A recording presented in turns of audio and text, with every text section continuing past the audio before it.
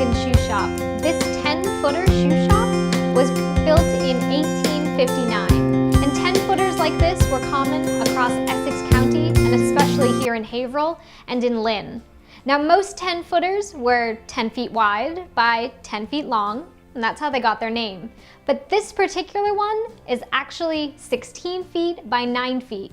Daniel Hunkins built an extra spot for his customers to try on their shoes, and of course that leaves us with the question, why didn't anybody else think of that? We're not really sure why. But let me show you a little bit of the tools that they used in a shoe shop like this.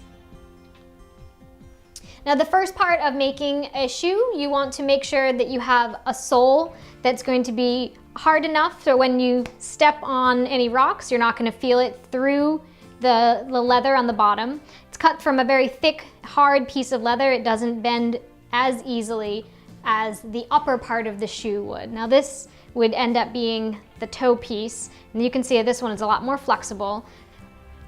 Now the next part is you're going to need a last. Now this is what's going to give the shoe its shape, and every time you had a new style shoe, you needed a new last, or a new size shoe, you needed a new last.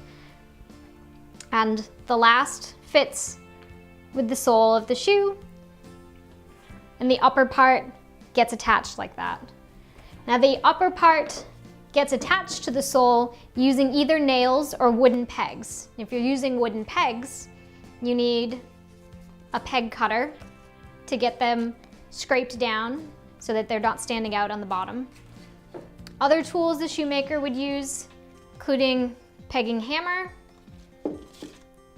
an edge trimmer for getting that last piece of leather cut just to the right shape,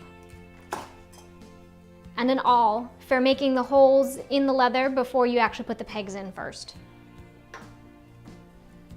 And your final shoe turns out to be beautiful. And if you look really closely at the heel here, you'll notice that there are 10 triangular shaped nails and one regular size screw in the heel of this lady's shoe. Now this was common for ladies' shoes, but compare it with the men's shoe. This one has rectangular shaped nails in the heel, and all through the sole of the shoe over here, you can see that there are wooden pegs, and there are more nails at the toe of the shoe right there.